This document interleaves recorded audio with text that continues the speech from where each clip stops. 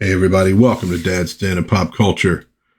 We are delving into role-playing games again today, a very important part of pop culture, over the last, several decades now. And few games have had such an impact as Advanced Dungeons & Dragons. We have on this channel already looked at Holmes Basic, we've looked at Moldvay Basic, we've looked at Cook Expert. Now we're taking it up a notch. We're getting advanced.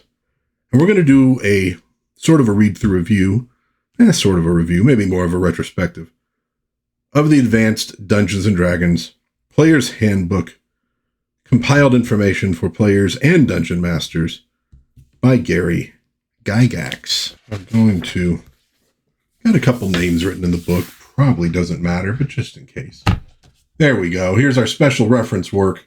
The Player's Handbook, a compiled volume of information for players of Advanced Dungeons & Dragons, including character races, classes and level abilities, spell tables and descriptions, equipment costs, weapons data, and information on adventuring, by Gary Gygax, copyright 1978 TSR Games, all rights reserved, illustrations by David C. Sutherland III, D.A. Trampier, cover by D.A. Trampier, or Tramp as we sometimes call him. Now, this is the sixth printing, from January of 1980. The book I had when I was growing up was the Orange Spine Player's Handbook. It took some damage from a cat at one point, and I no longer have it now. I bought this some years back. So, we get a foreword by Mike Carr, written on the June 2nd, 1978. Gives you a little idea of what this game is all about. And this section right here, I like, because it tells you what you need to do to be a good player of D&D. Dungeon masters take on a lot of responsibilities. Sometimes people kind of forget, but players have some responsibilities as well. Be organized, cooperate with the dungeon master and respect his decisions. Cooperate with the other players and respect their right to participate. If you are unable to participate in an adventure, give the other players and DM some concrete guidelines if your character is going to be included in the adventuring group, and be prepared to accept the consequences. Get in the spirit of the game and use your persona to play with a special personality all its own. Above all, let yourself go and enjoy. Here we get the contents. Obviously, we don't need to go over that since we're going to flip through everything. The appendices, tables and charts. This is basically the little beige books, plus the supplements, or at least some of them, for the game that had been released, put together in a somewhat more organized fashion. Not a perfectly organized fashion, but you do get a lot of stuff like this, which does help. I remember, though, that especially with the DM's Guide, you had sort of a memory when you're flipping through to find a particular section of like the pictures on the pages going by. Oh, it's another couple pages, and then you get to where you need to be. So you had a memory based on the artwork sometimes of where you were looking for things. We get the preface here by Gygax. Talks about the project, putting it all together, how long it was taking, etc.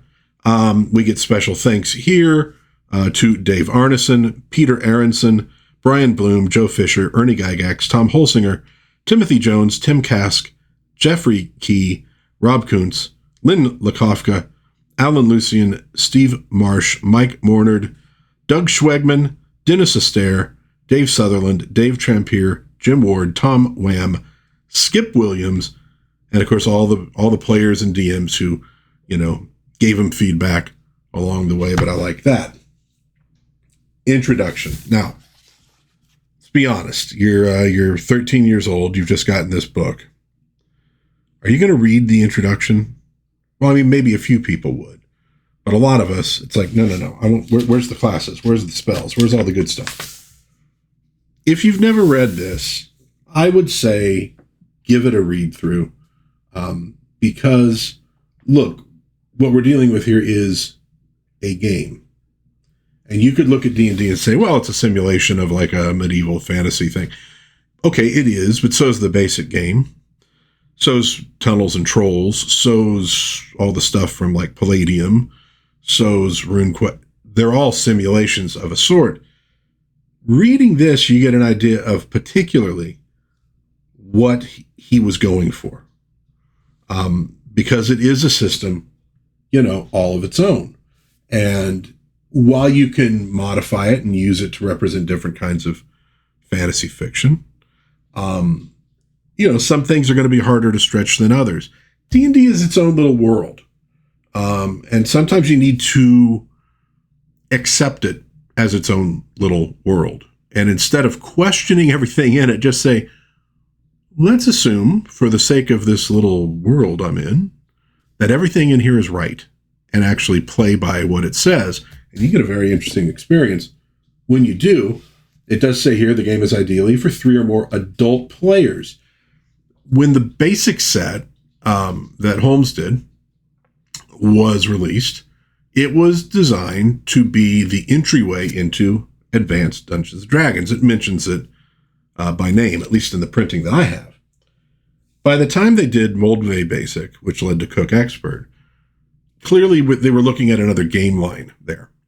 And it was obviously a simpler one, could be enjoyed by younger players. Now, like I said, I was maybe 13 or 14 when I cracked into this thing. Some people were even younger. Gygax taught us a lot of great vocabulary. He actually got us to do math, which we didn't necessarily like doing, but we did it if we could get treasure and fight dragons. We learned to fill out forms, and we also learned to use cross-reference tables. Maybe that came from his experience in insurance. But either way, a lot of younger people did jump into this, and it worked out. Although I'm going to be honest, a lot of us also, we didn't exactly read, every single rule in the thing. It's just kind of how it goes. But at any rate, read through all this if you get a chance. I think it's very good. Gives you an idea of what he was doing. Gives some good advice for being a player in the game. And then, of course, we're going to move on to player character creation, because that's what it's all about. And this is the Player's Handbook. Now, we start off with like an explanation of kind of what's a player character. And then this explanation of the usages of the term level. Level as an indication of character power. Level as used to indicate the depth of the dungeon complex beneath the ground. Level as a measure of magic spell difficulty. Level as a gauge of a monster's potential threat. And a lot of people kind of make fun of that, that term level is overused. Now, he does say here, this is kind of neat. It was initially contemplated to term character power as rank. Spell complexity was to be termed power, and monster strength was to be termed as order. Thus, instead of a 9th level character encountering a 7th level monster on the 8th dungeon level and attacking it with a 4th level spell, the terminology would have been a 9th rank character encountered a 7th order monster on the 8th dungeon level and attacked it with a 4th power spell. Now, ultimately, they dropped it because everybody was used to using the term level. And this, though, beyond the fact that it's a neat little, insight into the game and the making of it, one of the cool things about Gygax and his rule books is he's got a lot of room to work. And he can be wordy, but it's almost like, you're reading a rule book, but you're also having a conversation with the guy, and I kind of like that. It's pretty cool. All right, let's jump into the more rulesy stuff of this book. Character abilities. Now, if you know your D&D at all, strength, intelligence, wisdom, dexterity, constitution, charisma, or originally dexterity and constitution were flipped around. Why was that? Well, strength, intelligence, wisdom were the prime requisites for fighters, magic users, clerics. The other 3 abilities weren't prime requisites for anybody. And then the thief showed up with dexterity as a prime. So dexterity got flipped. So the first 4 are prime requisites. The other 2 are not. What are prime requisites? Well, a prime requisite if you have an ability score over a particular level, well, now I'm using level again, a particular number, you get a bonus to your earned experience points. One of the things about this game, yes, there's the rules as stated. Underneath a class, it'll tell you special abilities that class has. Underneath a race, it'll tell you special abilities the race has. But there is more than that. There are subtle special abilities or perks or little benefits that you only find when you read the rules, pay attention to them, and sometimes think it through. Prime requisites being basically a special ability for fighters, magic users, clerics, and thieves that can give them a little boost over their competition. The other classes have more powers, and it takes more experience points to advance generally in those. But with a prime requisite and a bonus, those characters can move up a little faster. And since they only have one ability requirement each, they can put their highest score in that ability and almost always are going to, get that experience boost. Important kind of stuff. So you really need to read the rules in this thing. It's called advanced for a reason. There's a lot more here than is in the basic games. So we start with strength, and these are all from 3 to 18. Now, they don't give you the rules at this point for how you roll these up. That's in the Dungeon Master's Guide, okay? In the old days, it was 3 dice 6 straight down the line. But there are other methods, and because of some of the higher ability requirements for some of the classes, they go a little easier on you in the Dungeon Master's Guide. But under strength, we get the ability adjustments, hit probability. So that's your chance to hit in combat. Damage adjustment. So that's damage per, when you roll damage. Weight allowance, normal when you're in the 8 to 11 range, but then you can either lift more than normal or less based on your strength. Your chance to open doors. So that's a door that's locked, that's stuck. You need to kind of slam it open. Very heroic thing to do from old books. You have a chance to do that. And at the very highest levels, you can even open doors that are magically locked and sealed. And then bend bars, lift gates. That would, just like it says, the ability for like a Hercules type to, bend 2 bars apart so you can get out of a prison cell or what have you. Now, you can adapt these to other actions to an extent when you need to. You also get, though, under general information, the minimums that you need for certain classes in strength. So, for example, 9 minimum strength for a fighter character, 12 minimum strength for an assassin or paladin character, 13 minimum strength for a ranger character, etc. You also get minimum scores for the different non-human races. So 8 is the minimum strength for a dwarf character. You don't have an 8 in strength, you can't be a dwarf. Yeah, there are sort of ability requirements, but also ability limitations. For example, 14 is the maximum strength possible for a female halfling character. Something to think about. Now, also the thing that's special with strength in this game is the percentile strength, above a score of 18.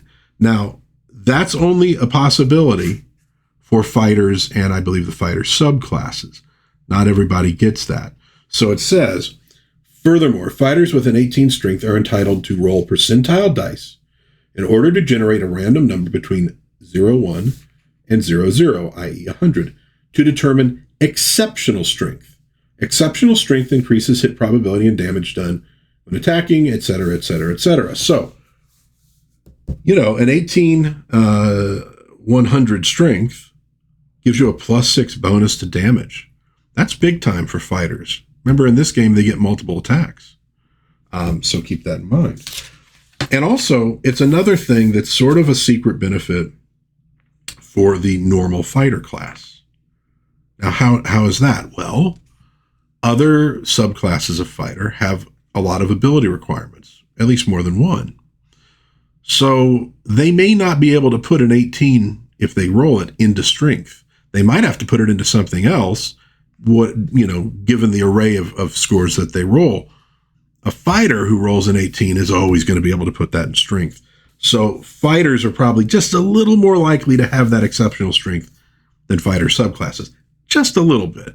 I'm not saying, it's a big benefit, but it's a tiny little benefit in there. And if you ignore some of these rules, you miss out on those benefits and you change the balance of the game.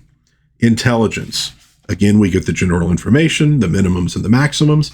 We get the possible number of additional languages, not bonus languages, but the possible additional number of languages that a character can learn, up to 7 at an 18. We also have minimums for use of magic spells. So for the magic users. So if you want to be able to cast 9th level magic user spells, you have to have at least an intelligence of 18. And then we get this table here, really important for magic users and for the balance of magic users. Going from 9 to 19, because you can't be a magic user with an intelligence of less than 9. Chance to know each listed spell, minimum number of spells per level, maximum number of spells per level. What does that mean exactly? Well, we'll take a quick trip over to the spell tables. So here's magic user spells, right? There are 30 first level magic user spells. You notice no 0 level spells here, 3rd edition players. Those haven't been invented yet. And when they are invented in Earthed Arcana, they're a little bit different from what you're going to get later on. But you have 30 spells at first level. You have a chance to potentially know or be able to learn those spells. So when you attain a new spell level, and obviously if you're just rolling up a character who's a magic user, you would have just attained first level spellcasting. You roll the dice for each spell, okay? Until you reach your maximum number of spells, right? And you have to at least reach your minimum. Now, the magic user gets to choose the order in which he tests this out. So let's say I got a 12 intelligence for my magic user. I got a 45% chance to being able to learn any of these spells. So I come in and I say, well, okay, the first one I want to try is Magic Missile. And I roll under a 45. So I can learn Magic Missile. Groovy. Awesome. Great. And then I say, well, now I want to try, I want to try Sleep. Oop, I rolled too high. I can't learn Sleep. I cannot learn the Sleep spell. That's out of my repertoire. Well, let me try Shield. Oh, I got that one. Great. And you keep going, like I said, until you hit your max. Now, at a 12 intelligence, my max is 7. So the first 7 that I try out should be the 7 that I want to be able to do the most. Because, if I get lucky on all of them, then that's it. So if I started going from here and going loop down, what if I got lucky on all the rolls? Well, then I know Affect Normal Fires, Burning Hands, Charm Person, Comprehend Languages, Dancing Lights, Detect Magic, and Enlarge. And that's it. I can't get the rest of those, right? Now, if I go through the whole list and I manage to come up with fewer than 5 that I'm able to learn, then I would be able to try again on a couple. So you do all that. That's a big aspect of balance for magic users. It's huge. And most of us skipped it, frankly. Just picked whatever we wanted to pick. But magic users can become very powerful, as they go up in level. And so, you need to have some balancing things in there. And that's one of them. So interesting thing. Make sure you don't skip that. Clerics need wisdom. You get your general information. Magical attack adjustments. That's your basically saving throws against a bunch of different kinds of magic spells and attacks. Adjustments for clerics, a little bit different. Here, you get bonus spells for having higher wisdom that you can pray for. And you do have a chance of spell failure. Now, that means when you're praying or when you're using the spell, there's a chance that it won't work. So if you only have a 9 wisdom as a cleric, there's a 20% chance when casting a spell it doesn't work, and then it's over. You can't try again later. It's gone. It's out of your repertoire until you regain spells, which involves prayer, maybe ritual, etc. They don't go super into that at this point, but that's the kind of stuff that we're dealing with. And by the way, here we get Yes, you actually get comical bits of art in Advanced Dungeons and Dragons. It's almost like reading an old magazine. And some of these probably were in old issues of the Dragon. So then we get dexterity, reaction, attacking, adjustment. What does that mean? Penalty or bonus for both surprise situations and missile combat attacks. Not initiative. Combat works a little bit differently than maybe you're used to if you played like 3rd edition. And defense adjustment is your modifier to your armor class, which you'll notice, because armor class in here starts at 10 and goes down as it gets better. So you have a bonus to armor class if you have low dexterity, and you subtract from your armor class if you have high dexterity. A little bit different than folks maybe, again, 3rd edition and above are used to. By the way, it worked just fine. It really wasn't that hard. Penalty bonus for thieves. So the different thief abilities, you can get a penalty or bonus based upon your dexterity. Now, one thing you'll notice, again, if you're a 3rd edition player, 3rd edition basically unified everything. Based on ability score, you get bonuses or penalties, okay? And they apply to different things for different abilities, but it's all the same and it's all at the same rates. Advanced D&D works differently than that. It's more individualized to some degree, even though we're talking about make-believe, and I don't know what the basis necessarily was, but it's a little more thought out as well. So a 9 ability score here in 3rd edition, that's a +0, to your bonus or, penalty. Here, a 9 ability score for a thief means a negative 15% chance for picking pockets. That'd be like a -3 on a die 20. -10 for opening locks, -10 for locating and removing traps, -20 for moving silently, -10 for hiding shadows. They all work at different rates. You got to write it all down, but believe me, it works. Constitution, not a prime requisite for anybody. We get the general information. Hit point adjustment, that's per hit die, and that's going to be important for rangers and monks who start with more than 1 hit die. And if you're in a fighter class, an 18 Constitution will give you a +4 bonus per hit dice when you're rolling hit points instead of just a +2 for everyone else. So a ranger with an 18 Constitution would be doing pretty darn good. He could have like a maximum, I think, of 24 hit points at first level. It's pretty darn good. But you get 2 other things here. Very important. System shock survival, resurrection survival. System shock, you have to roll this when you get hit with certain magical attacks. If you roll below, you die. You die, Joe. So aging, petrification, polymorph any object, polymorph others. So a wizard can polymorph himself without any danger, but if he polymorphs somebody else, could kill them. Something to think about.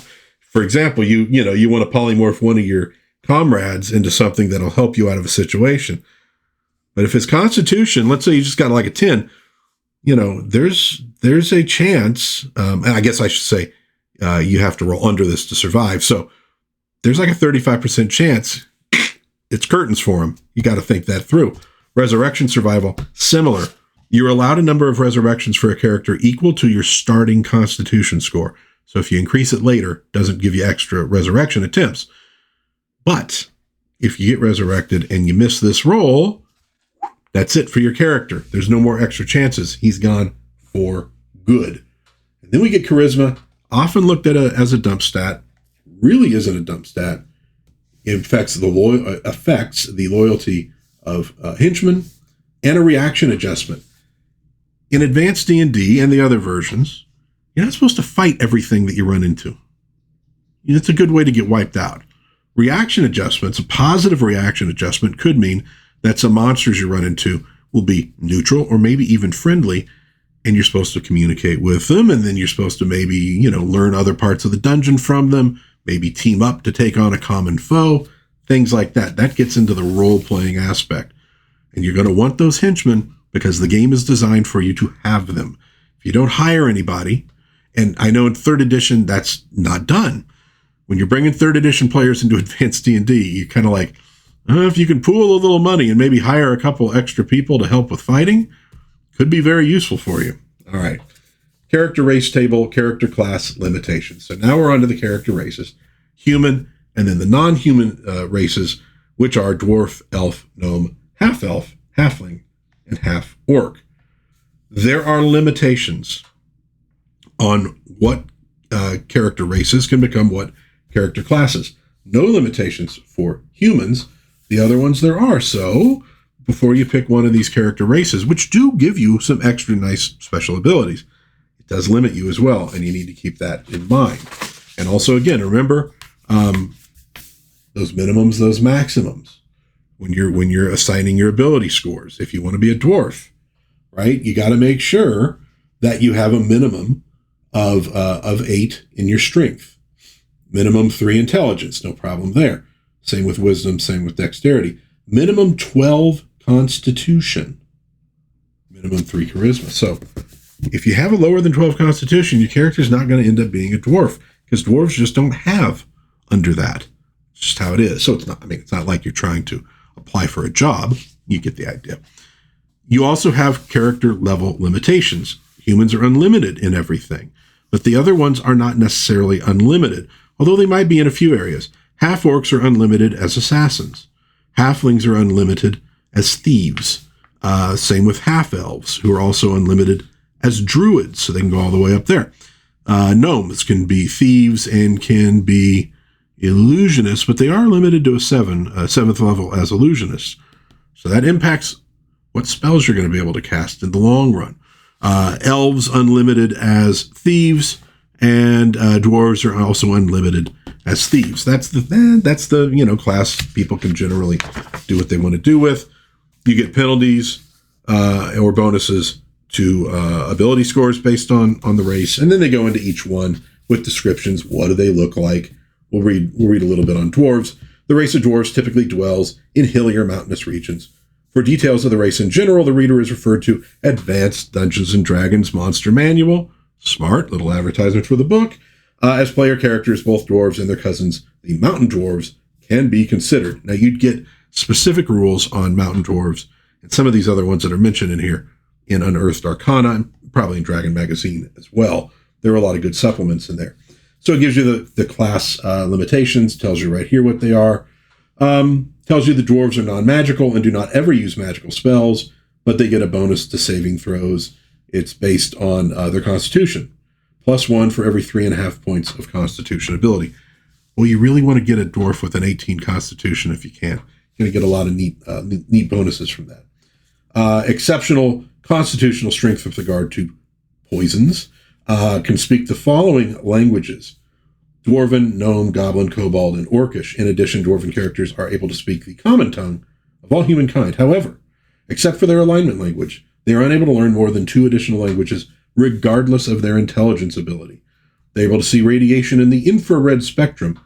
What? Is that dark vision? Well, no, it's not dark vision. We'll talk about that later. So they can see up to 60 feet in the dark, noting varying degrees of heat radiation, known as infravision.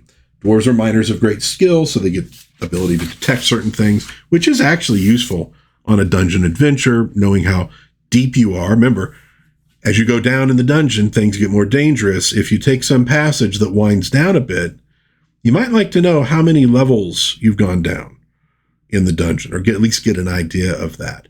Dwarves might help you do that. So you get all that stuff. Then you get the elves, who were sort of looked at as the somewhat a little overpowered race in Advanced D&D by a lot of people. I think dwarves were generally thought to be kind of the overpowered one in 3rd edition, if I remember correctly. I played one. Gnomes, you get all that stuff on gnomes, half-elves, halflings, half-orcs, etc. And then, of course, humans. So you want to read through all that stuff before you pick anything. Then you get the racial preferences table. Basic acceptability of racial types. What they're talking about there, and this stems a little bit from like Tolkien. The dwarves and the elves had a certain amount of antipathy. Again, there's somewhat of an implied campaign setting in Advanced D&D. Now you can change things if you want, but it gives you an idea that of how the these different races view each other.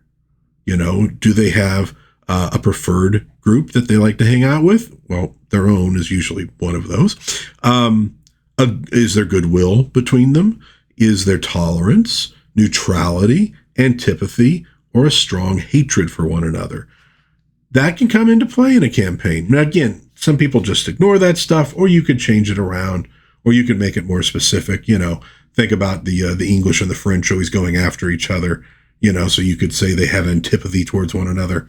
That's a little overblown, of course, in reality, but you get the idea. So then we get our character classes, kind of goes through and explains what all that means. Oh, by the way, here's our picture of the different, humans and the non-human races, except halflings. Maybe halflings are hiding behind his leg or something like that. I don't know why they didn't include the halflings. They'd be about, yay tall, probably, something like that. So you get that little image there. But then we get the character classes. This table has a lot of the information you'll need just for quick reference, as does this one, armor and weapons permitted. Okay, so you get some stuff here on hit dice and how it works with rolling hit points, maximum number of hit dice, spell ability, etc. And you really want to pay attention to this stuff, because when you're looking at these weapons, if you're, again, playing other editions, a weapon's a weapon, different damage, that's about it. If you're playing Advanced D&D by the book, there are weapon factors. There are different hit adjustments against different kinds of armor class. You got to think that stuff through. So we start with clerics, the druid. Now, druid is a subclass of cleric. Okay, you have to meet certain ability requirements to be a druid. They must have a minimum wisdom of 12 and a charisma of 15.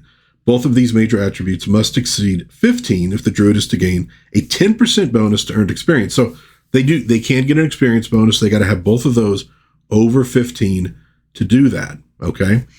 Tells you a little bit about their spells. And so under the cleric, you got the turn undead, you got the spell ability, tells you a little bit about how that works and how you get them. You get the idea. Tells you what magic items they can use.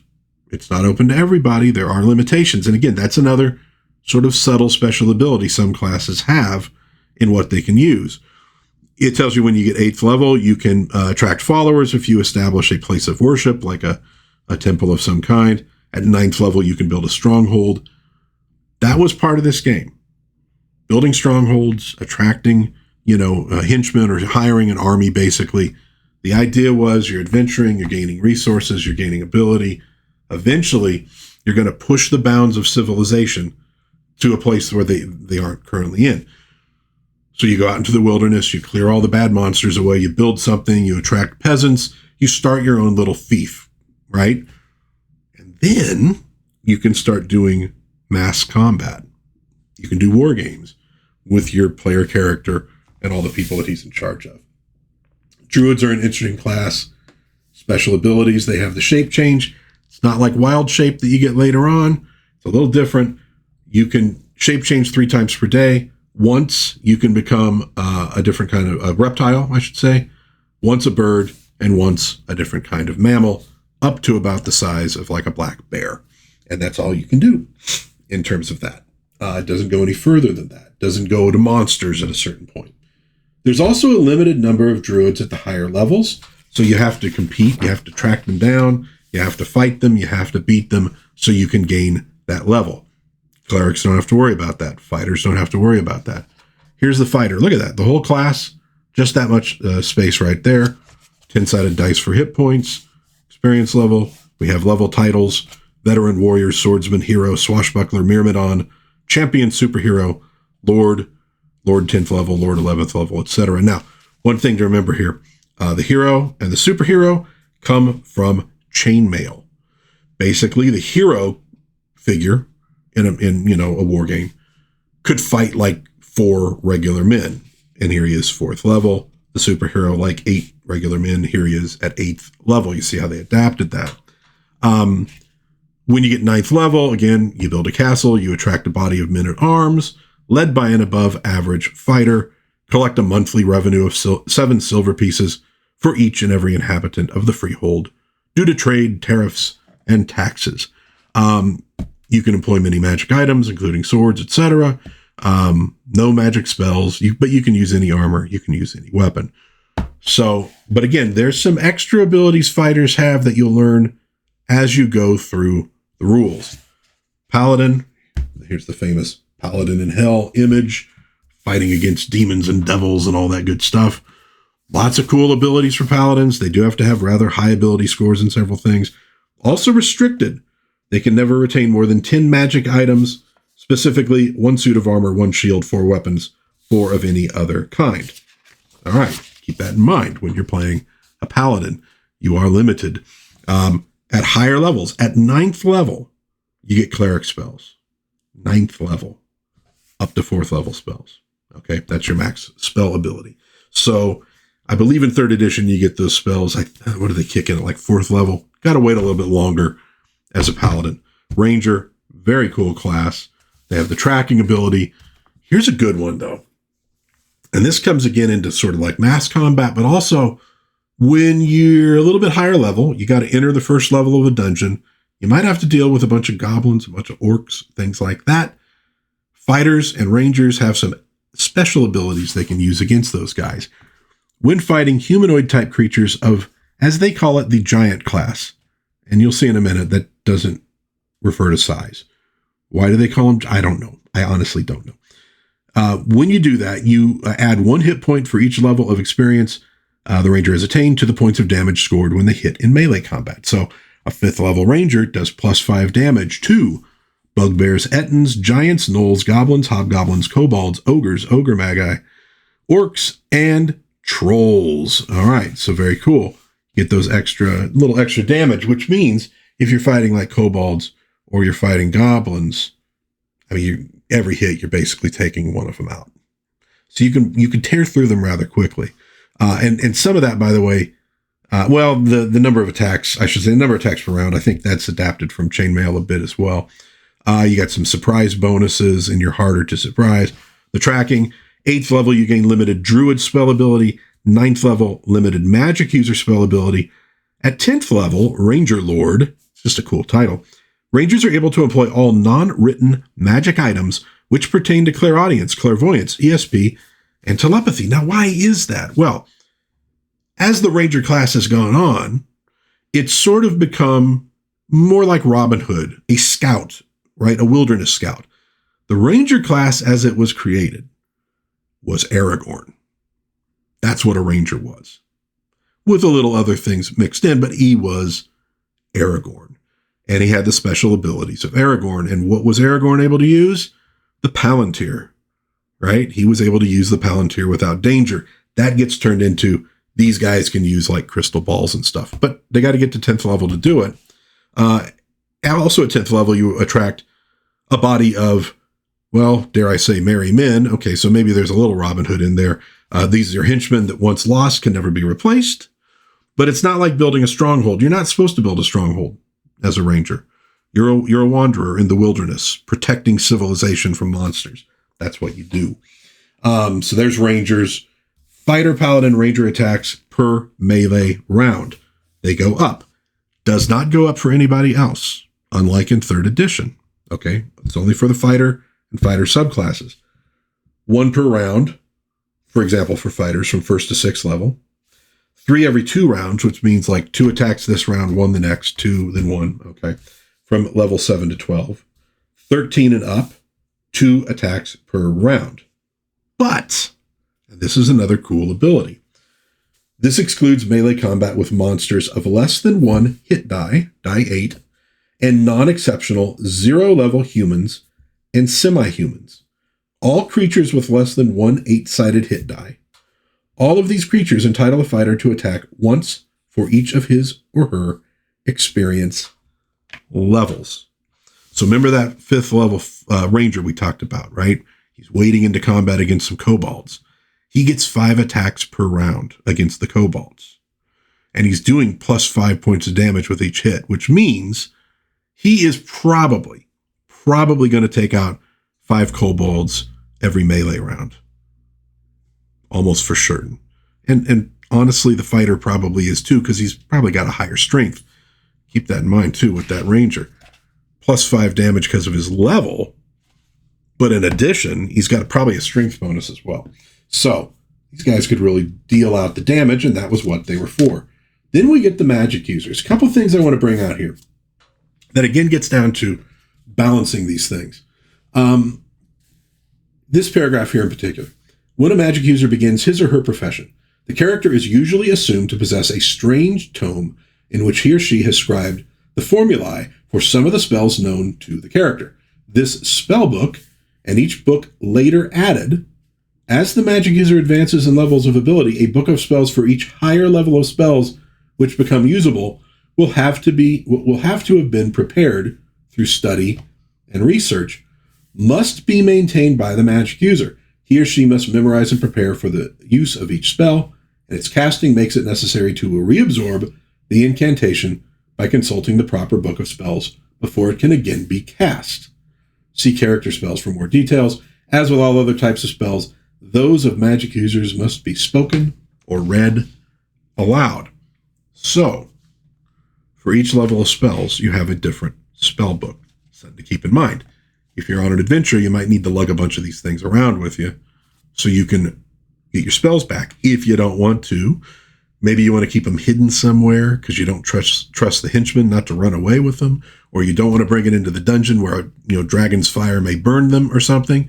So you want to, put them in a chest and hide them somewhere. That means you can't prepare those spells later on. Maybe you go, well, I'll bring the first level one and I'll bring my second level one, but I'm going to keep the other ones back. So those third level spells you memorized, got to get the most out of them because you're not going to be able to get them back while you're adventuring.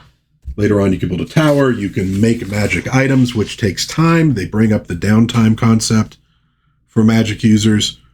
And that sometimes if a magic user is spending a long amount of time making magic items, he can't go adventuring. So maybe you have an alternate character who can do that. Here's the spells by class and level. Then you get the illusionist, fun class. That's a fun class. Usually you're going to be a gnome if you play it. You get the thief and all the stuff that goes with being a thief. Explains their special abilities a bit. Does tell you straight out with move silently. It is an ability which improves with experience, but also, oh no, I'm sorry. I'm getting that wrong. I've moved them around. With hiding in shadows, it tells you it is a function of dress and practice. So in other words, if you're wearing, shiny white silks, that's going to make it impossible for you to hide in shadows. Also lets you know that the climbing you do need to have some kind of handholds in order to do that. You can't climb a sheer surface. Backstabbing gives you the rules on that. You get basically double or triple damage. You get a +4 bonus to hit attacking from behind. It's higher than other characters. Tells you about your special language. The thieves can't. Druids also have a special language that they can learn, and about creating a thieves guild when you get to higher levels. And then of course, here's all your thief abilities. Most of them are percentile chance. You notice some of them go up to like 125%. That's because there can be penalties to it based on your ability score, but also based maybe on the situation. DM might apply a penalty for something like that. So yeah, those are actually, I take that back. They're all percentile in advanced D&D. I think in basic, some of them are rolled on a dice 6. The assassin has a death attack. Very, very cool. Minimum fee for assassination. So, you could make a little money being evil. You can learn other alignment languages. Could be very, very useful for an assassin. And remember, all the races can become assassins and are unlimited. No, unlimited as thieves. A couple of them are unlimited, I think, as assassins. Or maybe just half orcs and humans. Either way. And this is another one. You get to higher levels. You got to take the guy out that's already in that level in order to ascend. So it's kind of like a mafia kind of thing. You got to rub out the big boss if you want to be the big boss. The monk, based very much on TV show Kung Fu and old Kung Fu movies. That's what the monk is. Has some really great abilities. Now, they use a die 4 for their hit dice, but they start with 2 of them. But you got to really read through this stuff because, you have the effective armor class. So your armor class gets better just because your ability to move and dodge and weave and block things. Your move goes up. Great. You open hand attacks. The number of them can go up to 4. It's pretty good. Not quite as well. Actually, no, I'm take that back. It is better than a fighter unless he's going after kobolds. Your open hand damage goes up. So, I mean, Grandmaster of Flowers is doing 8 to 32 points of damage. Yeah, by the way, they never do it as like, 8 die 4 or something. We had to learn to do that math in our heads. And we did. And then special abilities, of course, as well. But in addition to that, they get other stuff like the Quivering Palm, where they could set up vibrations in somebody and then, boom, and their heart stops. Crazy stuff like that. But also, when they're using weapons, they add their experience level to damage. So that Grandmaster of Flowers, 8 die 4 for, just unarmed attacks. But he's also doing plus 17 points of damage per hit with weapons. Dang. So monks maybe don't have as many hit points as some of the other characters, but they are damage machines. So they have their own restrictions as well. And again, you got to take people out to go up in levels. Okay. Multi-classes, that's for the non-humans. You can basically advance in 2 classes at once, gives you the rules for that. You got to split your experience points between them, so you're going to advance more slowly. Character with 2 classes, now that's a human thing. Basically, you could start adventuring as a fighter, and then maybe at 4th level, you switch and become a thief. And you can't use your fighter abilities until you've reached 4th level as a thief, and then you can kind of use the best of both worlds. That is used in becoming a bard. That's one of the appendices. So we're not going to get there yet. Alignment. I think most folks probably know alignment at this point. It's one of those concepts that's sort of gotten out of the game. You'll find people who don't even necessarily play D&D referring to themselves as chaotic evil. It's one of those things. And of course, changing alignment can be a big deal. Alignment also, it feeds into whether or not you could use poison in combat. But it also feeds into how much money you got to pay to train to achieve a new level. You got enough experience points to go up a level, but now you got to train, and the training costs go up if you did not play your alignment well. Now, why is that? It's because it's a game. It's because it's a game. So you don't necessarily worry too much about what the in-game reason for that is. Character hit points, you get a description of that. Now, it does say in there somewhere, I'm not going to find it exactly, but it does kind of tell you, look, all hit point loss is not to damage. It also involves luck. It involves skill. That's why they go up as you go up in level, etc. So, and I've talked about that in other videos and how combat in D&D works. Character languages tells you how long it takes to learn a language. Now here, I'm not sure. You start off with a bunch. You can add extra. You got to learn them.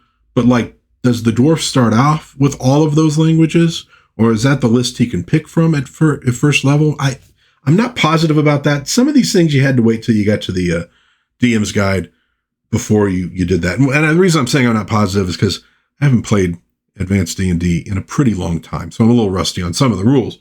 But sometimes you have to wait for the DM's guide. Sometimes that would be something you'd write a letter, to D&D, to TSR. Don't forget your self-addressed stamped envelope, or it gets eaten by the no-sace ogre. And then the answer might be printed, in an issue of Dragon Magazine. Starting money for every character. So fighters start with 5 die 4 times 10 gold pieces. Sorry. Clerics, a little bit less. Magic users less than that. Why do fighters need so much? They got to buy armor and all that stuff. Monks start off with very little.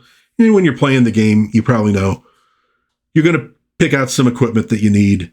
Then you might, as a group, pool what's left and grab the additional equipment you need for the expedition. The monetary system. Now, a lot of people have gotten used to 1 platinum equals 10 gold, 1 gold equals 10 silver, 1 silver equals 10 copper. Oh, not in Advanced Dungeons and Dragons, my friend. 1 platinum is 5 gold pieces, right? 20 silver pieces equal 1 gold piece. 2 electrum pieces equals 1 gold piece. So 1 electrum piece is equal to 10 silver pieces. That's right. Yeah. Okay. And 10 copper pieces for 1 silver. So it's a little bit different. And these coins which is what we use to measure encumbrance. 10 coins to the pound. So we're talking, these are chunky coins. These are like the big doubloons you find, or see in pirate movies and things like that.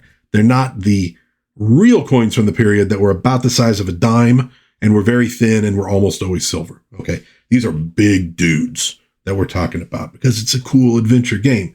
And so 10 coins to the pound. So when you get weights for a lot of these things, it's given in coins. It weighs 10 gold pieces is what they'll say. So we get all these equipment, armor, arms, clothing, herbs. Why herbs? Well, you might need them for certain magic spells.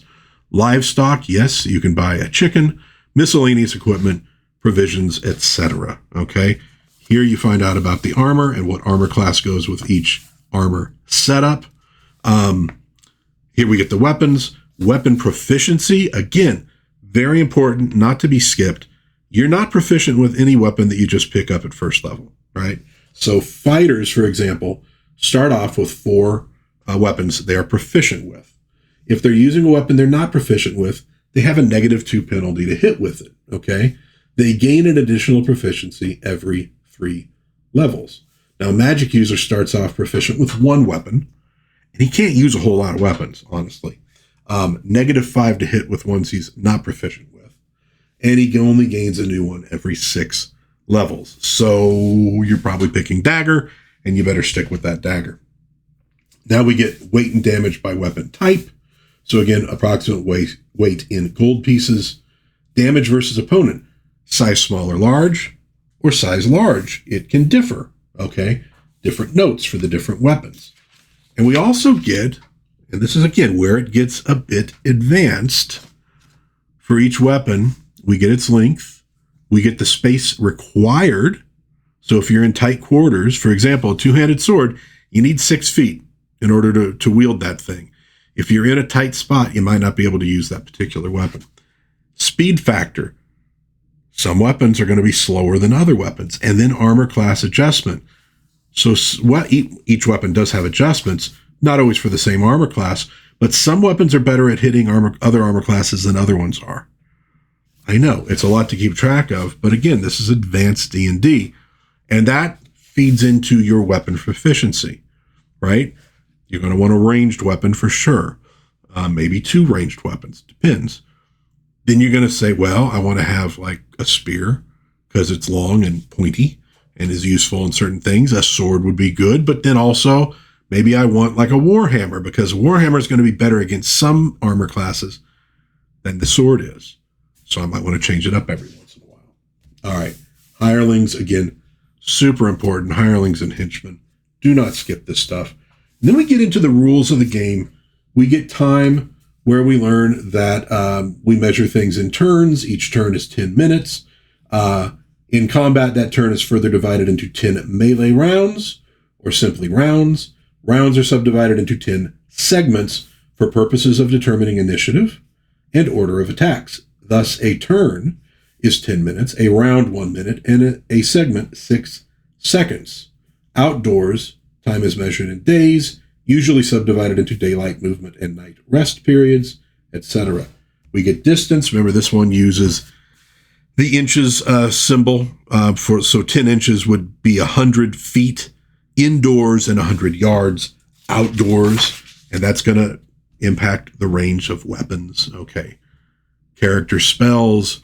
You learn a little bit more about them, how they're memorized, etc. You get the spell tables. And one of the difficult things, one of the really advanced things is the spell descriptions are by level. They're not just all alphabetical. So you had to remember what level the different spells were in order to find the doggone things. And so you'd have to be like, okay, got to look under cleric. It's 2nd level spell, right? Okay, let me look under. Oh, it's not there. Maybe it's a 3rd level. Let me look under 3rd. Oh, there it is. Yeah. This is one of those things where if you played a lot, it was really, really, really helpful for you. So here's all the magic user spells. You see magic users, a lot more spells than clerics and druids have, but clerics and druids can use more armor and more weapons. And in the case of druids, they have more special abilities. Here's the illusionist spells for you. And then we get spell explanations, tells you what each of these different things means. Cleric spells, notes regarding cleric spells. For example, all material components required for the various spells are used by completion of the spell in question, with the notable exceptions of standard religious items, i.e. religious symbols and prayer beads or similar devices. The reversal of some spells might well place the cleric in a questionable position with respect to alignment. Okay, that feeds into things. You got to remember that stuff. The use of spells which promote weal must be shunned by evil clerics in many cases. Now, that's an interesting thing, too. Because if you want to play an evil character, which can be disruptive, can the cleric heal you? Well, if the cleric can't heal you, what about, I'm talking about like a good cleric. What about an evil cleric? Well, an evil cleric isn't supposed to really use healing spells because they benefit people. And that's not what evil clerics are all about. So if you want to play an evil character, getting healing might be a little bit difficult. Might be a bargaining chip that the cleric uses to get better behavior out of you and things like that. And if you can't use healing spells, healing in this game is a pretty slow affair. We'll talk about that later on. So you get some notes there on how that works. And of course, you get the same thing when you get to magic users. Just these images. You flipped through these books so much that just seeing some of these pictures, it's like seeing an old friend. There's the symbol spell. Those were very cool. Here's the druid spells. Now, druid spells require a material component, the use of mistletoe, as gathered by the druid character in the manner described hereafter. Lesser mistletoe, as well as holly and oak leaves, will reduce spell effectiveness as follows. Okay, so you need to use greater mistletoe. Properly harvested by the druid must be gathered by the druid as follows. On Midsummer's Eve, the druid must locate his mistletoe, cut it with a gold or silver sickle, and catch it in a bowl before it touches the ground. If you just pick mistletoe off of a bush, or if it's around Christmas time, and you just grab some off the ceiling, what happens? Well, your spell range is still 100% of normal, but your spell duration is only 3/4 of normal, and the area effect on this case is 100% of normal. If you're using oak leaves, 50% of the spell range, 50% of the spell duration, 50% area of effect. So you can use other items, but it is going to have an impact on the spells that you're using. I always remember that one. Love that one. It's going to remind you of some of the Greek art that was done all in black with just white lines. And then, of course, we're going to get eventually to, oh, there we go. There's a magic user casting, I believe, Dancing Lights. Not positive. I think that might be Dancing Lights. You get some notes on magic users, employ a greater variety of material components than other character classes employing spells. The relatively short casting time for those spells with a material component assumes that the magic user has decided upon which spell he or she will employ, and the material or materials needed are at hand in the numerous pockets and folds of the magic user's garb. If this is not the case, there's going to be a delay. So in other words, you got to get your component out and be ready to go. Substitute materials might be allowed. It's up to the dungeon master. In general, reversible or multiple application spells require the magic user to determine which form he or she is memorizing prior to the adventure. Consult your referee in this regard. Consult your doctor if magic missile lasts more than 24 hours. So there you get the idea of how that works, and we get all this. Let's look at one of these. Let's look at Friends. Why not? No, let's not look at Friends. Let's look at Magic Missile. Level 1 spell. It's an evocation. Range 6 inches, so that'd be 60 feet in a dungeon or 60 yards outside, plus 1 inch per level. Duration special, which basically it does damage when it hits, but there's a little more to that. Area of effect, 1 or more creatures in a 10 square foot area. Components, vocal and somatic. No material components for that one, but you got to talk and you got to move your hands, okay?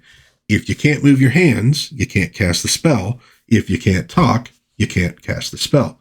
And they do mention, I think, under combat, if a magic user or other spellcaster gets hit before they can cast their spell during a combat round, it ruins the spell.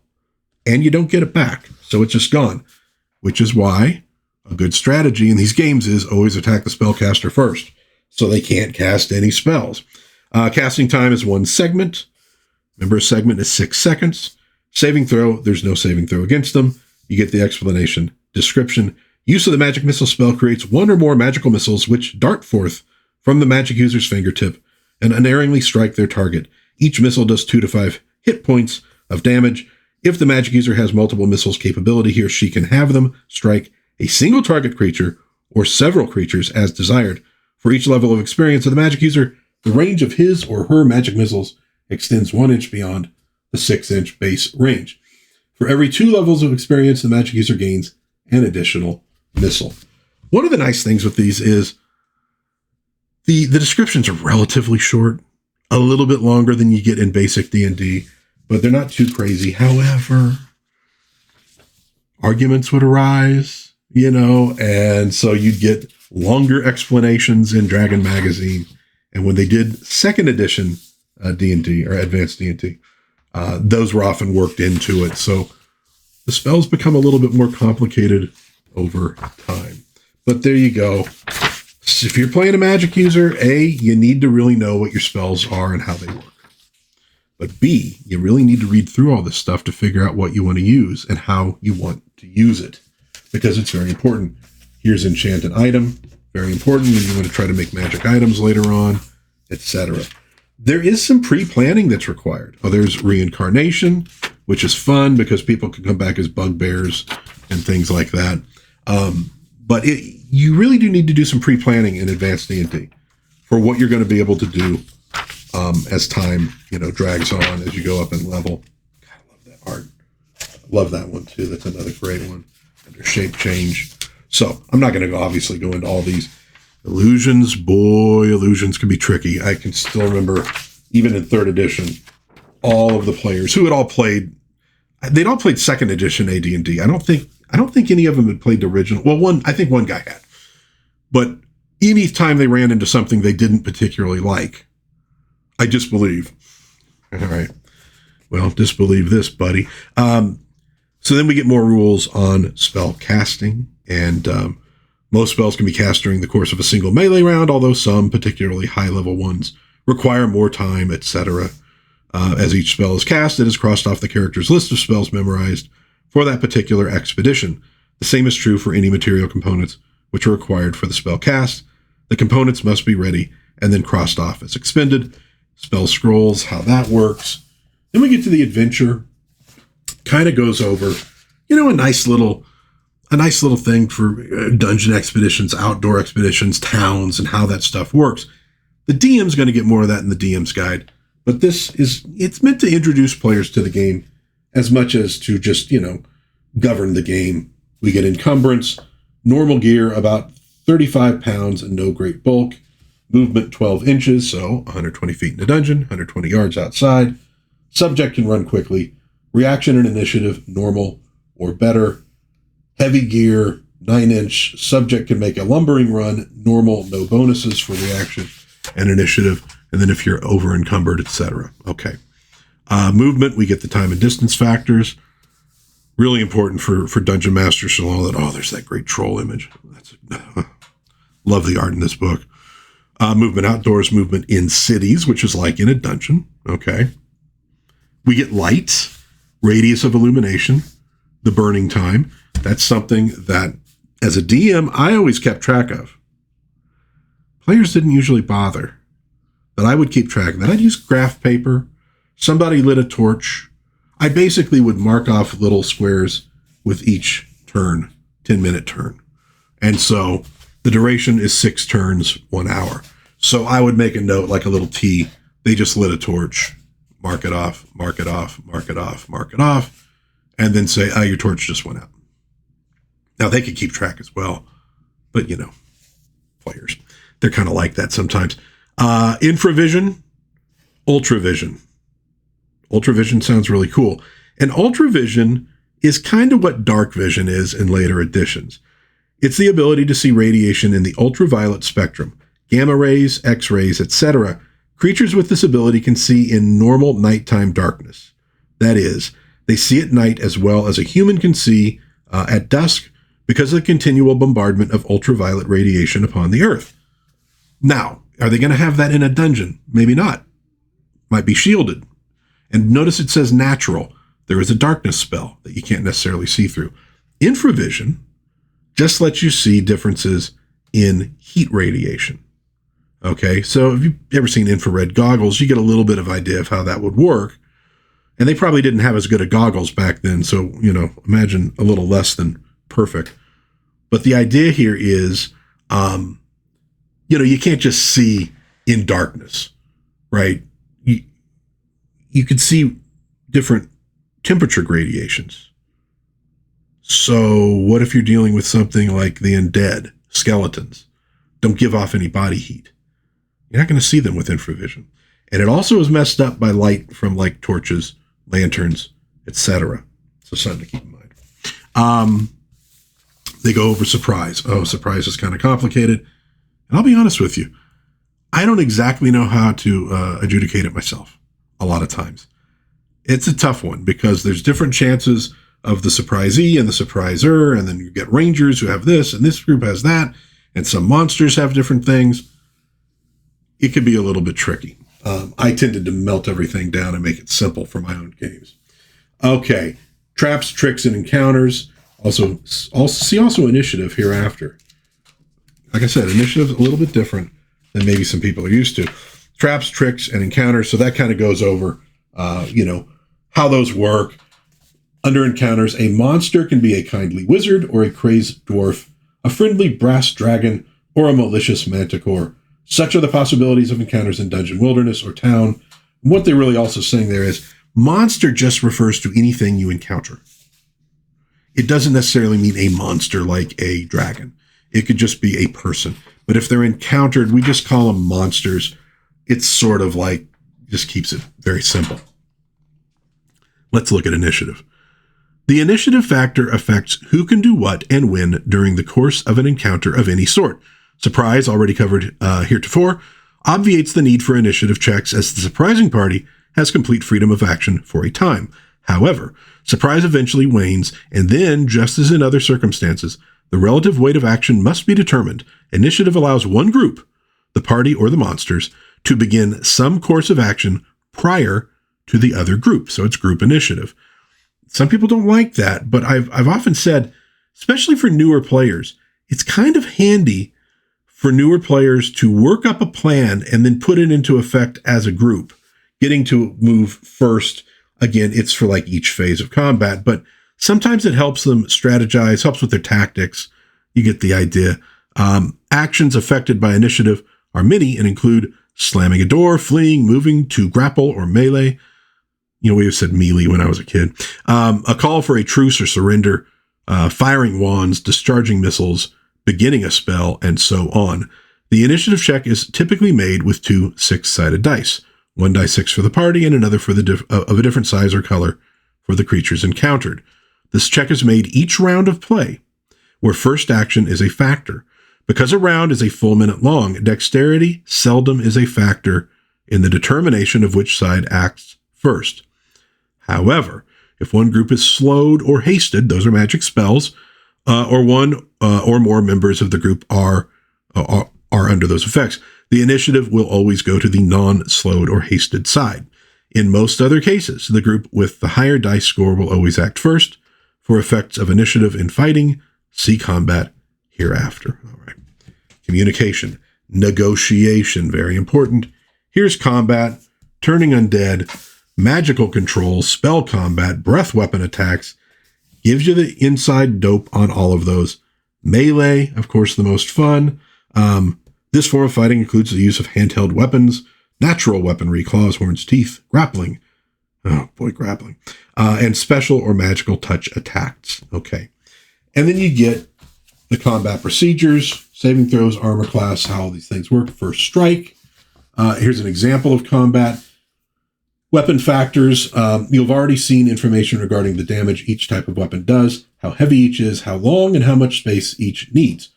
Each weapon's relative speed factor. The same charts also give relative efficiency against armor types. Your referee will use these factors in determination of melee combats by relating them to his attack matrices. So, a lot of the stuff on combat is going to be in the DM's guide. They're just trying to make sure the players have some grounding in what's going on. Damage, very important here. Damage is meted out in hit points. If any creature reaches 0 or negative hit points, it is dead. It's pining for the fjords. Certain magical means will prevent actual death, particularly a ring of regeneration. See the Monster Manual. Troll. Falling damage, how that works. Healing. There are numerous ways to restore lost hit points. The most mundane is by resting and allowing time to do the job. Now here's where it gets a little bit slow for some players of newer editions. For each day of rest, 1 hit point of damage is restored. 1 per day. After 30 game days have passed, hit points accrue at the roll of 5 per day. The laying on of hands by paladins, yada yada, will of course increase that. There's healing spells, there's healing potions. So, remember I talked about evil, characters maybe not getting healing from good clerics? Well, that slows you down quite a bit. It does. Now, one thing I did, because hit points do also represent, like luck and skill and things like that, I decided I would allow 1 hit point per level per day of healing in games. Sped it up a little bit, but it didn't speed it up crazy. You still wanted to have the healing stuff. Very important. Obedience. The party has a leader, a caller. And it talks about how some people might go against what he says, or she says.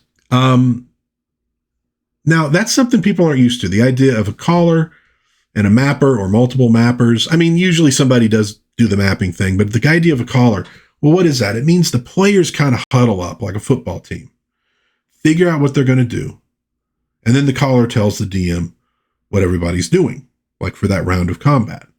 Now, maybe somebody says, no, I'm not doing that. I'm not doing that. I don't care what y'all say. I'm not doing that. Okay, it kind of covers how you deal with the situations like that. Morale, will your henchmen run away? Here's the mapping stuff. Organization, experience. Experience is the measure of a character's ability in his or her chosen profession. Fighter, illusionist, you get the idea. Now here's the part I want to call out, because this gets argued a lot of times, social media, and I'm sure back in the old days, just among people face to face. Gaining experience points through the acquisition of gold pieces and by slaying monsters might be questioned by some individuals as non-representative of how an actual character would become more able in his or her class. Admittedly, this is so. If the existence of spellcasting clerics, druids, magic users, and illusionists is unrealistically granted, likewise, dwarven superheroes, paladins, elven thieves, half-orc assassins, and the like might gain real experience from altogether different sorts of activities. This is a game, however, a fantasy game, and suspension of disbelief is required. If one can accept the existence of 12-foot-tall giants, why not the rewarding of experience points for treasure gained?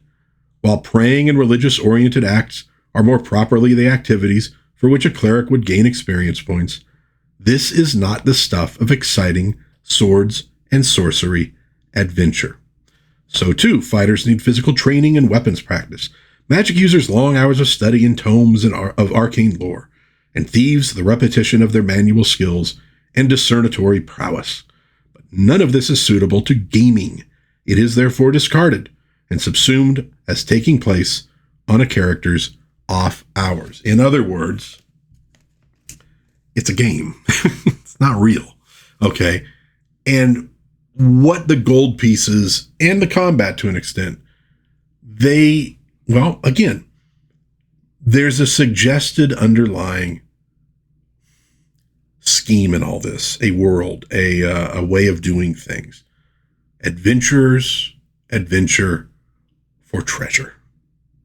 So you get experience points. You get points. You score points when you get treasure. And that's how you go up in level. Now, you can come up with other schemes, but I think if you do, you might find kind of what he's talking about here. Some of these other things don't necessarily, work in a swords and sorcery kind of thing. You got to understand what was the underlying basis of Gygax. What was he trying to simulate, right? In particular, what was he trying to simulate? And that helps. Now, if you do stuff like, well, when a magic user does X, he gains experience points, understand you're creating situations where magic users are going to go directly for some of those things, and it might change their behavior because they want those experience points. If you keep it on gold and monsters, then everybody's kind of working together. Poison. It kind of goes over how you might poison yourself, how only the evil can use them, yada, yada, yada, because they recognize poison in advanced D&D, save or die. So very, very powerful. Successful adventures, you get the whole spiel here on, how to adventure. Oh, another great image, the magic mouth. For all of us who are trying to figure out what is a magic mouth, what would it look like? Here we had it. Now, of course, you can also change what it looks like. I always like the idea of different magic users having a different style to, their stuff. And that's kind of cool for the magic user player if they want to come up with what their magic looks like. And it can be different for different magic users, you get the idea there. But good advice, stuff you want to read. Superior play makes the game more enjoyable for all participants, DM and players alike. In other words, learn, grow, get better at this stuff. Don't just half-ass it. All right, let's roll through these appendices. Appendix 1, psionics. Ooh, a lot of people don't like psionics. I kind of dig them, but I can see why you wouldn't want them in every game. Fair enough. But basically, if you have intelligence of 17, if you have a higher intelligence, charisma, and wisdom, you might gain psionic abilities. There are attack modes: Psionic Blast, Mind Thrust, Ego Whip, Id Insinuation, and Psychic Crush. There are defense modes: Mind Blank, Thought Shield, Mental Barrier, Intellect Fortress, Tower of Iron Will. I mean, just the names. Just the names make me want to use, psionics. But that's for you basically have these psionic points that you got to spend to use things, but also when you get into combat like that. So you could get into a situation where maybe your wizard, your cleric, they're probably the most likely to have these abilities. And even the subclasses might, if their ability requirements are all mental, they meet up against somebody else with the psychic abilities, and you get this, mind battle between the two of them. That's cool stuff. That's cool stuff. I mean, I know a lot of people that, but this is more science fiction than, there's some science fiction stuff that gets into this game, some monsters, etc. It's a little bit of a blend of things. Don't think so much about that, but just look at the cool side of stuff in these games. One of the things I learned as a DM over time, say yes more often than no. Sometimes you got to say no to things the players want to do. Say yes as often as you can. It just makes it more fun. It unleashes people's creativity. Let them do that. It's good stuff. And then you get all the disciplines, different things you could do. Some of this very much like the spells, but not all of it. And some of it very different from the spells. And so here we got all that stuff here. So psionics, very fun. A lot of people don't use it. It could be kind of complicated as well. And then finally, Appendix 2, Bards. Okay. If you do 3rd edition, you probably have some understanding of prestige classes. If you have 4 levels in this and 5 levels in this, and you also have a blah, blah, blah, you can, Bards are kind of the origination of that. Kind of. Paladin, when it was initially added, was something lawful good fighters could become, I think at 5th level, if they met the requirements. So you had to be a fighter before you could be a paladin. But here with the bards, let's see. Okay. Bards begin play as fighters, and they must remain exclusively fighters until they have achieved at least the 5th level of experience. Anytime thereafter, and in any event prior to attaining the 8th level, they must change their class to that of thieves. Again, sometime between 5th and 9th level of ability, bards must leave off thieving and begin clerical studies as druids. But at this time, they are actually bards, and under druidical tutelage, bards must fulfill the requirements of all the above classes before progressing to Bard's Table 1. Oh, right there. So, bards were high-level characters. You had to go through a whole bunch of different levels to get there. Now, granted, once you've achieved like 5th level fighter, if you dual class into thief, you're going to advance through the thief levels kind of quickly because you're adventuring with other 5th level characters. You earn bigger amounts of XP. So you go through the thief thing pretty quickly, then you become the druid, but you get the idea. You do have to be a somewhat more advanced character level before you can even become a bard. And the bards, you know, they have additional languages known, charm percentage, legend lore, and item knowledge percentage. Some cool stuff for bards. A little different than the way the character has been modeled in later editions, but not terribly.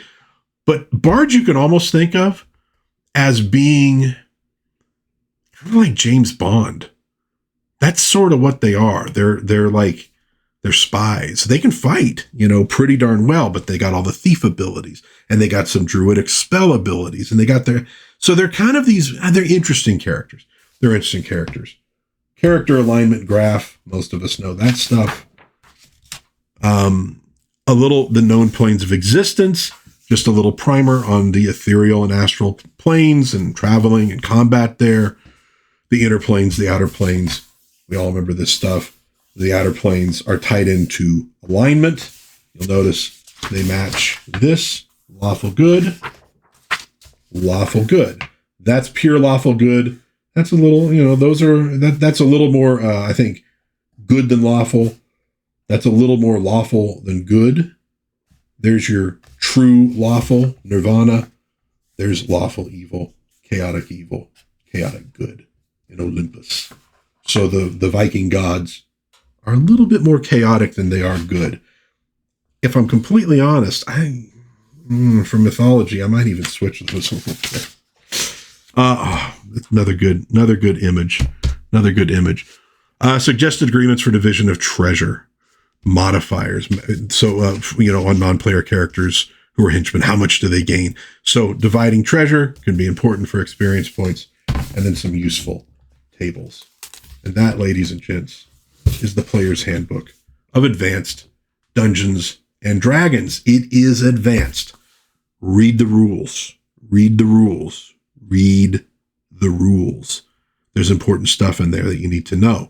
And they like to mix and match stuff a little bit. Well, not mix and match. That's a bad term. They like to hide stuff. They like to have Easter eggs. But read the rules. Pay attention to the balance, and you'll probably have more fun with this game. And definitely do that stuff before you start making changes.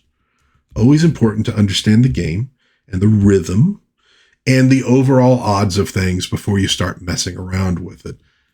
We will, in a later video, look at the Dungeon Master's Guide. God help me, that's going to be a long video. And I might flip through the monster manuals, like on some live streams, just for fun and just to chat about them. But let me know what you think about the old Player's Handbook and Advanced D&D.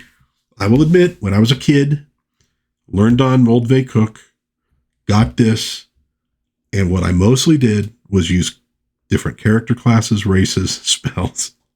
We used magic items. For years afterwards, I could pick up the DM's guide, flip it open to something, start reading and going, oh, I didn't know about that. Huh, what do you know? We were using these as toolkits, but it's a really fantastic game. A little more complicated, especially in terms of combat, but well worth it. It taxes your tactical ability. This was a game created by wargamers, so that makes sense. If you don't like all that complexity, you got the other versions of D&D that you could go with, you know. But if you like something a little more involved, Advanced D&D, and make sure you read all of it. You know, downtime's important. Henchmen are important. Those spell books and the chance of not being able to learn spells, that's all very important. Very important. So read it all. Let me know what you think in the comments. I'd love to hear from you. If you enjoyed this little retrospective of Advanced D&D, Player's Handbook, give me a like, maybe subscribe, maybe share with a friend. It'd be very cool. But until next time, God bless everybody. Please be kind to one another. Have a little bit of fun out there. Roll some dice. Get some friends together. Even if it's online, play a little D&D. It's good for the soul. Jack Chick wouldn't tell you that, but I will tell you that. It's good for the soul. But have some fun out there, and I will see you hopefully again soon. Dad's Den of pop culture. Bye-bye.